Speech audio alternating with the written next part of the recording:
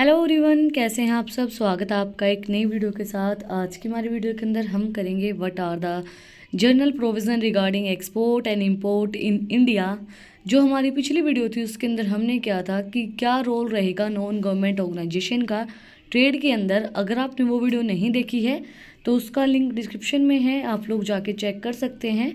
और अगर आप चैनल पे नए हैं तो सबसे पहले चैनल को जाके सब्सक्राइब करें, बेल आइकन प्रेस करें for new updates. Trade and investment unit first का ये हमारा लास्ट टॉपिक है। उसके बाद जो हमारी यूनिट फर्स्ट है वो कंप्लीट हो जाएगी। General provision for import and export in India. The minister of commerce and industry and directorate general of foreign trade and investment implemented the foreign trade policy of the year 2015 to 2020, which contains the general provision for the import and export. They are as follows. Minister of commerce and industry और जो director है general foreign trade का, investment का, उन्होंने implement की थी foreign trade policy year 2015 से लेके 2020 तक, जिसके अंदर कुछ जनरल प्रोविज़न थे इंपोर्ट एंड एक्सपोर्ट से रिलेटेड। तो हमारा फर्स्ट प्रोविज़न है export and import are free unless regulated. Export and import shall be free except in case where they are regulated by the provision of the policy or any other law for the time begin in force. The item which export and import policy shall be specified in ITC published and noticed by the Director General of Foreign Trade as amended for the time to time. हमारे exports and import हैं, जो हम सामान भेजते हैं और मंगवाते हैं, वो हमारे फ्री रहेंगे जब हम अपनी अगर ये प्रोविज़न रेगुलेट किया जाएगा इस लॉ के अकॉर्डिंगली, टाइम टू टाइम जो फोर्स होंगे हमारे जो आइटम्स हमारे एक्सपोर्ट इंपोर्ट पॉलिसी के वो स्पेसिफाइड होंगे ITC के अकॉर्डिंगली, और पब्लिश किया जाएगा एक नोटिस जो डायरेक्टर जनरल हमारे फॉरेन ट्रेड के पब्लिश करेंगे। टाइम टू टाइम वो पब्लिश करते रहते हैं उस नोटिस को, और वो जब वो हमारे रेगुलेट किए जाते हैं एक्सपोर्ट एंड इंपोर्ट्स। नेक्स्ट है लो are to be complicated. Every exporter or importer shall comply with the provision of foreign trade and the rules and orders made there under the provision of policies and the terms and condition of any license, certificate, permission granted to him, as well as provision of any other law for being in force. All imported goods shall also be subject to domestic law, rules, order, regulations, technology, specification, environmental and safety norms and applicable to domestic product goods. No import or export road demands shall be permitted unless the shipment parcel in the accommodated by the Kimberley process certificate required under the procedure specified by the gym and jewellery export promotion counselling GJEPC। जो हमारा law है वो बहुत ज़्यादा complicated है। जो हर एक हमारे एक्सपोर्टर इंपोर्टर हैं वो कंप्लाई करते हैं इस प्रोविज़न के साथ जो हमारा फॉरेन ट्रेड के हैं, क्योंकि इसके अंदर जो रूल्स ऑर्डर्स हैं वो बहुत ज़्यादा कॉम्प्लिकेटेड हैं। इसके अंदर बहुत ज़्यादा कंडीशंस हैं, हमें लाइसेंस की ज़रूरत होगी और परमिशन की ज़रूरत होती है। अगर परमिशन होगा तभी हम अपने काम को कर सकते हैं, एक्सपोर्ट इंपोर्ट कर सकते हैं। जो इंपोर्ट करते हैं हम कोई भी गुड्स का वो लो रूल्स ऑर्डर रेगुलेशन टेक्नोलॉजी और इन्वायरमेंट सेफ्टी के अकॉर्डिंग ही हम उनको कर सकते हैं। हम कोई भी इंपोर्ट एक्सपोर्ट नहीं कर सकते हैं अगर हमारा जो गुड्स हैं वो परमिट नहीं किए गए हैं, उनको परमिशन नहीं मिली है जाने की, तो हम उनको एक जगह से दूसरी जगह पे नहीं भेज सकते हैं। अगर हमें उनका सर्टिफिकेट नहीं मिला है, सर्टिफिकेट रिक्वायर्ड होता है, हमें कौन सा सर्टिफिकेट रिक्वायर्ड होता है? Gem jewellery export promotion council. Next है procedure. The DGFT specify the procedure that has followed by the exporter, importer or by any other authority to follow any the procedure which are laid down in any act, handbooks, etc. Once the procedure is being established, it has to be published on the public notice and this procedure can be subjected to change as well. जो हमारा procedure है export import करने का goods का, वो जो है वो एक अथॉरिटी के अकॉर्डिंगली हैंडबुक में लिखा जाता है कि भाई ये प्रोसीजर रहेगा। वो प्रोसीजर जो है वो पब्लिश हो जाता है पब्लिक के अंदर कि ये प्रोसीजर रहेगा गुड्स को एक्सपोर्ट करने के लिए, गुड्स को इंपोर्ट करवाने के लिए, और वो जो प्रोसीजर है वो सब्जेक्ट्स के अकॉर्डिंगली चेंज होता रहता है। फोर्थ पॉइंट है exemption. If due to any genuine reason relaxation is needed in any procedure, the request can be made to the DGFT who can pass order on the same. The DGFT can relax certain procedure for public interest as well as such request may be considered only after consulting advanced licensing community. If the request is any respect of provisions of chapter 4 जो हमें दिए गए थे, excluding any provision related to gem and jewelry sectors of the policies and procedure. अगर कोई भी genuine reason है और उसको कोई भी मतलब छूट चाहिए कि भाई मेरे को इस प्रोसीजर के अंदर छूट चाहिए, तो DGFT से रिक्वेस्ट करनी पड़ेगी। अगर वो रिक्वेस्ट आपकी एक्सेप्ट कर लेता है तो फिर आपको जो प्रोसीजर है उसके अंदर छूट मिल सकती है, नहीं तो नहीं मिलेगी। तो अगर आपको परमिशन मिलती है तो फिर आपको रिलैक्सेशन मिल जाती है।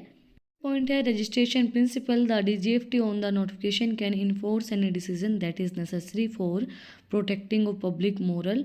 जो पब्लिक के मोरल उसको प्रोटेक्ट करने के लिए, प्रोटेक्टिंग ऑफ ह्यूमन, एनिमल और प्लांट लाइफ और हेल्थ। देखो जो प्रिंसिपल्स हैं वो क्यों बनाए जाते हैं भाई, ऐसी कोई भी चीज़ ना एक्सपोर्ट इंपोर्ट की जाए जो ह्यूमन, एनिमल और प्लांट्स की हेल्थ को, लाइफ को अफेक्ट करे। प्रोटेक्टिंग ऑफ पेटेंट्स को प्रोटेक्ट करे, ट्रेडमार्क एंड कॉपीराइट को प्रोटेक्ट करे, प्रिवेंट करे और क्या करें, कॉपीराइट्स को प्रिवेंट करें, डिफेक्टिव प्रैक्टिसेस करें, prevention of use of prisons labours, protecting of national treasures of artist, historical of archaeology values, conversion of habitual natural resources, protecting of trade and facilitating materials and from which they are, prevention of traffic in arms, ammunitions and implements of war. हर एक चीज़ को protect करें, human life को, animal की life को और plants की लाइफ को, कॉपीराइट्स को, ट्रेडमार्क्स को, लेबर्स को, आर्टिस्ट को, कोई भी चीज़ है ट्रेड से रिलेटेड, मटेरियल्स को और ट्रैफिक्स को, इम्प्लीमेंट्स ऑफ वॉर, हर एक चीज़ को प्रोटेक्ट करती है। प्रोटेक्ट करने के लिए कोई भी चीज़ ऐसी ना हो जो इंपोर्ट एक्सपोर्ट से हमारी दिक्कत दे, या फिर कोई भी चीज़ ऐसी इंपोर्ट एक्सपोर्ट ना करवाई जाए जो यूज़फुल ना हो, जो हार्म करे ह्यूमन लाइफ्स को। नेक्स्ट है goods which are registered. Any goods which is registered can only be import and export if there is a license for some and public notice has issued as well as on this behalf. देखो अगर किसी भी goods के पास licence है तो वही goods export import किए जा सकते हैं।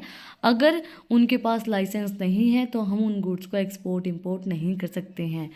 और पब्लिक ने नोटिस दे दिया भाई, पब्लिक मान गई इन गुड्स को हम अपनी मार्केट के अंदर लेके आ सकते हैं और उनके पास लाइसेंस है, हाँ ये गुड्स आ सकता है, तभी वो गुड हम मार्केट के अंदर लेके आ सकते हैं, नहीं तो हम गुड्स को मार्केट के अंदर नहीं ले सकते हैं।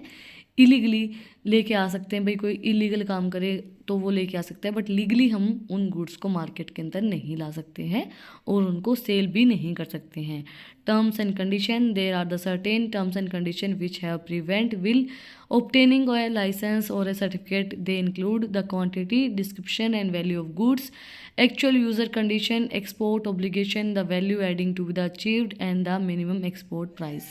टर्म्स एंड कंडीशन लगाई जाती हैं लाइसेंस मिलने के लिए, सर्टिफिकेट मिलने के लिए, वो कौन सी होंगी भाई, इनकी गुड्स की क्वांटिटी, जो डिस्क्रिप्शन लिखा होता है ना कि इस गुड्स के अंदर क्या क्या चीज़ें इंक्लूड की जाती है, वो सारी चीज़ें, गुड्स की वैल्यू, एक्चुअल यूज़र उस गुड्स के कौन होंगे, उनकी कंडीशन क्या होगी, और सारी जो भी चीज़ें रिलेटेड होती हैं प्रोडक्ट से रिलेटेड, वो सब चीज़ें उसके अंदर होनी चाहिए जो भी गुड्स आप भेज रहे हैं।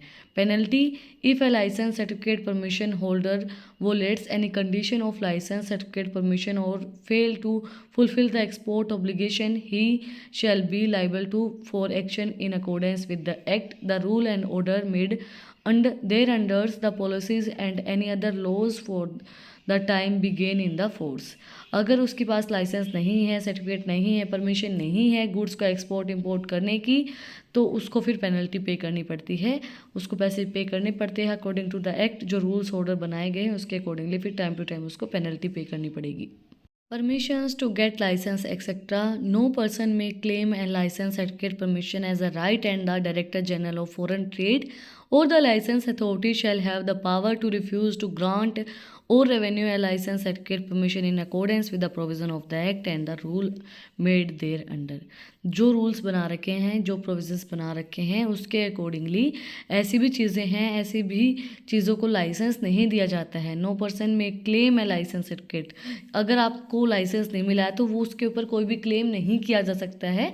अगर आपको सर्टिफिकेट परमिशन नहीं मिल रही है अपने गुड्स आपको एक्सपोर्ट इंपोर्ट करने की, तो उसके ऊपर आप कोई क्लेम नहीं कर सकते हो, क्योंकि वो डायरेक्टर जनरल फॉरेन ट्रेड के अकॉर्डिंगली होता है। वो अथॉरिटी ही ग्रांट करती है लाइसेंस, सर्टिफिकेट, परमिशन। अगर वो परमिशन नहीं दे रही है तो उसके ऊपर आप क्लेम नहीं कर सकते हो। आपकी जो चीज़ है वो सही नहीं है, तभी उन लोगों ने परमिशन नहीं दी है उस एक्ट के अकॉर्डिंगली। अगर उनके रूल्स के कोई चीज़ खिलाफ है, उनके प्रोविजंस की कोई चीज़ खिलाफ है, तो वो सर्टिफिकेट नहीं देते हैं और उस चीज़ के ऊपर हम कोई भी क्लेम या कोई भी केस नहीं कर सकते हैं। लास्ट बट नॉट लीस्ट हमारा import on export basis. New और second hand capital good equipments, components, parts and accessories, container meant for packaging of goods for export, jigs, figures, dies and mold be for imported or export without a license, certificate, permission on the execution of legal undertaking, bank guarantee with the customer authority, provided that the items is freely exportable without any conditionally requirement of license, permission as may be required under ITC Schedule 2। कोई भी second hand capital goods है हमारे, जैसे equipments, components, accessories होती हैं, packaging होती है goods की, फिगर्स हैं, डाइज हैं, वो हम इंपोर्ट एक्सपोर्ट कर सकते हैं बिना कोई लाइसेंस के, बिना कोई किसी चीज़ के। बस वो लीगल होनी चाहिए, बैंक की गारंटी होनी चाहिए आपके पास। भाई कोई एसेसरी हमें देनी, कोई सेकंड हैंड चीज़ है तो वो हम दे सकते हैं, भेज सकते हैं बिना कोई लाइसेंस के और बिना कोई परमिशन के। हम उन चीज़ों का एक्सपोर्ट इंपोर्ट कर सकते हैं, क्योंकि इसके अंदर हमें इतनी कोई ज़रूरत होती नहीं है। इसी के साथ आज का जो हमारा टॉपिक था वो कंप्लीट हो गया है, general provision for import and export in India. अगर आपको आज की वीडियो पसंद आई तो आप लोग को पता ही क्या करना है, कमेंट सेक्शन में मुझे बताना है कि आपको वीडियो कैसी लगी। कोई भी डाउट है तो वो भी आप लोग कमेंट सेक्शन में मुझसे पूछ सकते हैं। और इसी के साथ जो हमारी यूनिट फर्स्ट है ट्रेड एंड इन्वेस्टमेंट की, वो भी कंप्लीट हो चुकी है। और अगर आपको इन टॉपिक्स की PDF चाहिए तो टेलीग्राम चैनल का लिंक भी डिस्क्रिप्शन में है, आप उसको जाके सब्सक्राइब कर सकते हैं। आपको वहाँ पे धीरे धीरे PDFs अपलोड होती रहती हैं। और अगर आपको और भी इंटरेस्टिंग रील्स देखनी है तो इंस्टाग्राम चैनल का लिंक भी डिस्क्रिप्शन में है, आप वहाँ पे भी जाके मुझे फॉलो कर सकते हैं। फिर मिलते हैं एक नई वीडियो के साथ, एक नए टॉपिक के साथ। Like, share and subscribe. Thank you for watching my video.